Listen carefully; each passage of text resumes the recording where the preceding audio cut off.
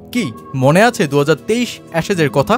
ক্রিকেটের ঐতিহ্যবাহী যে অ্যাশেজের লড়াই পৌঁছে গিয়েছিল খোদ ইংল্যান্ড ও অস্ট্রেলিয়ার প্রধানমন্ত্রী পর্যন্ত। জনি বেয়ারস্টোকে ক্রিকেটের নিয়মে অ্যালেক্স ক্যারি স্ট্যাম্প আউট করলেও ক্রিকেটের স্পিরিট অব দ্য গেমের নিয়মে যা অজি সিদ্ধান্তকে ফেলে দেয় তুমুল সমালোচনায়। যেই আউট নিয়ে ক্রিকেটের আইন তৈরি করা সংস্থা মেরিলেবোন ক্রিকেট ক্লাব এমসিসির লং রুমে ছড়িয়ে যায় উত্তেজনা। হয় তর্ক বিতর্ক, দর্শকরা অস্ট্রেলিয়ান খেলোয়াড়দের প্রতি কটাক্ষ আর অপমানজনক মন্তব্য ছুড়তে থাকেন। এমনকি জানা যায় স্টিভেন স্মিথের পরিবারকেও অপমান করা থেকে বাদ দেওয়া হয়নি। আর সবশেষ যা পৌঁছে যায় দুই দেশের সর্বোচ্চ মহল প্রধানমন্ত্রী পর্যন্ত। যেই লর্ডস টেস্টের ইতিহাস আজও জীবন্ত। ঠিক যেই ঘটনার জন্য ছড়িয়ে পড়া উত্তেজনাকে প্রায় 2 বছর পর ডেভিড ওয়ার্নার বলছেন হাস্যকর।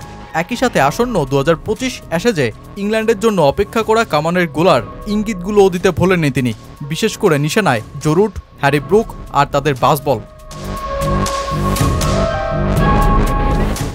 2018 সালে বল টেম্পারিং কাণ্ড ঘটানোর পর ইংলিশ সমর্থকদের জন্য কাজটা আরও সহজ করে দেন ডেভিড ওয়ার্নার।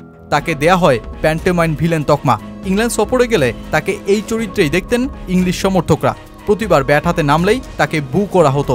ইংল্যান্ডের মাটিতে কোনো টেস্ট সেঞ্চুরি না করতে পারা ওয়ার্নারের জন্য তাই পরবর্তী সময়ে সেঞ্চুরির পথে হাঁটা আরও কঠিন হয়ে যায় এবং সবশেষ ইংল্যান্ডের মাটিতে 18 টেস্টে কোনো সেঞ্চুরি না করেই সর্বোচ্চ স্কোর 85 নিয়ে বিদায় জানাতে হয় এই ট্রিপল সেঞ্চুরিয়ানকে। ওয়ার্নারের জন্য তার ক্যারিয়ারের সবচেয়ে বড় ভয়ের নাম ছিলেন স্টুয়ার্ট ব্রড। ইংলিশ এই পেসার তার ক্যারিয়ারে 16 বার ওয়ার্নারকে আউট করেছেন। 2025 অ্যাশেজে অবশ্য এই দুই চিরপ্রতিদ্বন্দ্বী দুই টিভি চ্যানেলের ধারাভাষ্য প্যানেলে উত্তেজনা ছড়াবেন মাইক্রোফোন হাতে।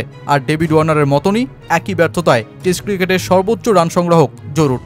অজি পেসার জস হ্যাজেলউডের কাছে তিনি উইকেট দিয়েছেন 10 বার।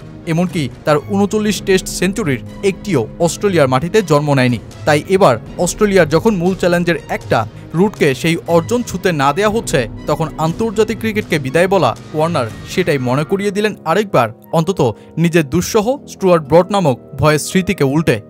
জো রুট দারুণ একজন ক্রিকেটার।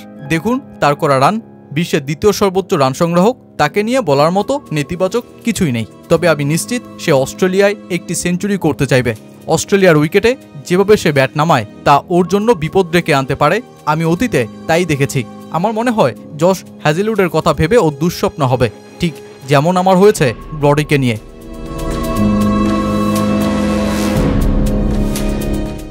অস্ট্রেলিয়ার মাটিতে নামার আগে অগ্রিম সতর্কবার্তা দিয়ে রাখলেন ডেভিড ওয়ার্নার ইংলিশ তরুণ ব্যাটার হ্যারি ব্রুকের উদ্দেশ্যে, যিনি সদ্য ওভালে এক অসাধারণ সেঞ্চুরি করেছেন ভারতের বিপক্ষে।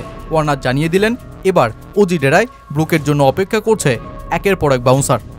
ব্রুকি যেমন খুশি খেলতে পারে, তবে এখন থেকে তাকে শর্ট বল অনুশীলন করা শুরু করতে হবে, কারণ আমি মনে করি ওকে অনেক শর্ট বল খেলতে হবে।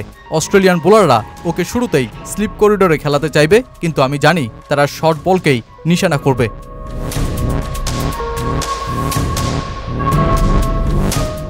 অস্ট্রেলিয়ার কাছে বাসবল একটা হাস্যরসের নাম। স্টিভেন স্মিথ থেকে ডেভিড ওয়ার্নার কিংবা ট্রেভিসেট, অজি তারকাদের মুখে বাসবলকেই উড়িয়ে দেওয়ার ভাষ্যই উঠে এসেছে সামনে বরাবরই।